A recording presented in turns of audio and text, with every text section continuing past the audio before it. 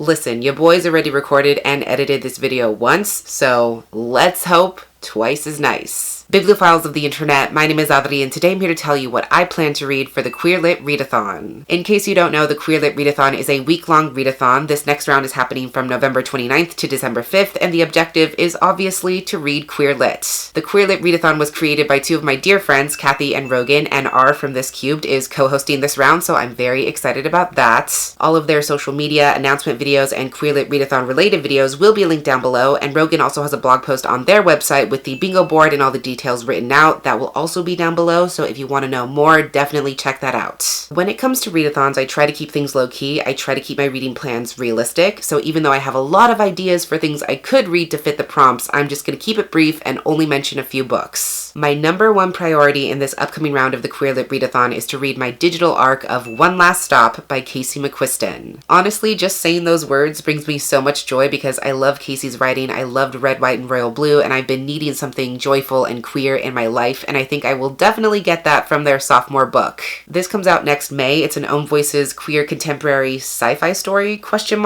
It's been pitched as a queer spin on Kate and Leopold about a character who realizes her subway crush has been displaced from 1970s Brooklyn, and I'm guessing she falls in love with her as she tries to help her get back. I've been so excited about this book, especially ever since I interviewed Mason Deaver, and they said that none of us are ready for One Last Stop, and it's just been getting non-stop early praise ever since. I'm almost tempted to rewatch Kate and Leopold before reading this, which, fun fact, I've only ever seen it once in my life when I was in high school at a marching band sleepover because that's just my life, but either way, I think it's going to be great. For the bingo board, this would cover Own Voices, Main Character Not Like You, and possibly Queer Friends. My next highest priority and pretty much only other definite read at this point is A History of My Brief Body by Billy Ray Belcourt. I heard about this book on Kim's channel, Native Lady Book Warrior, which will be included down below, and I thought it would be perfect for this event. It's Billy Ray's memoir. He is part of the Driftpile First Nation and queer, and this memoir explores what joy, grief, love, and sex look like at the intersection of indigeneity and queerness. It's a super short read as well, and right up my alley in terms of the nonfiction I like to read, so I'm excited to see what it's all about. This would cover, again, Main Character Not Like You, BIPOC Main Character, and adult fic/nonfic. I'm gonna mention two more books, but I will most likely only get to one of them if time permits, but I just like to give myself options. They're both arcs, and the first possibility is As Far As You'll Take Me by Phil Stamper. This is Phil Stamper's sophomore release coming out on February 9th. He wrote The Gravity of Us, which I really enjoyed. This one's about a kid named Marty who's just arrived in London with nothing but his oboe and some savings from his summer job, but he is determined to have a fresh start. Outwardly, it seems like he's living the dream. He's making friends, he's getting closer with his boyfriend and traveling across Europe, but secretly he's missing home, he's anxious, his savings are running out, and he's wondering if he's ever really gonna find his place. Like I said, Phil Stamper pretty much solidified my trust with what he accomplished in The Gravity of Us, and I'm really excited to see what this next book brings. This would cover, once again, Own Voices, Main Character Not Like You, and possibly some others, but I won't know until and unless I actually read it. My second possibility is Be Dazzled by Ryan LaSala. This is Ryan LaSala's second novel, lots of those in this video for some reason. He wrote Reverie, which is another book I love, such a great queer contemporary fantasy, but this book is very different. It's coming out on January 5th, and it's a queer contemporary rom-com of sorts. It's about Raffi, who's a designer and artist, and he's determined to make his mark at this huge cosplay contest, but when he gets there, he realizes that his biggest competition is his ex. Not only that, but Raffi is forced to partner with his ex, Luca, forcing him to confront his unresolved feelings, his own self-doubt, and figure out once and for all whether he can actually have both love and art. I'm leaning towards this one a little bit more because it seems to be full of mishaps and shenanigans and personality, so it might move a little bit faster, which obviously is ideal for a readathon, but we'll see what happens. I'm thinking this would cover non-coming out, Own Voices, Main Character Not Like Me, possibly Queer Friends, and also my Make Your Own challenge, which I've decided would be repeat author because I read Reverie during last year's winter round of the Queer Lit Readathon, so I think that would be cute. Also, I've already read it, but I did want to point out that the group read for this round of the Queer Lit Readathon is The Summer of Everything by Julian Winters, and you all know that I support Julian in this house, so you should definitely read that if you have not yet. So that is everything on my tentative TBR TBR for this next round of the Queer Lit Readathon. I will definitely either vlog or post a Queer Lit Readathon wrap-up afterwards. They're pretty much the same thing, it just depends on what I have going on that week. In the comments below, let me know what is the next queer book you plan to read, either for the Queer Lit Readathon or otherwise, and also if you need any recommendations for books that fit this round's bingo board, feel free to drop that in a comment as well. But that's everything I had for this TBR today. Until next time, educate yourself, be kind to yourself, take care of yourself, and I will catch you on the flip side of the page.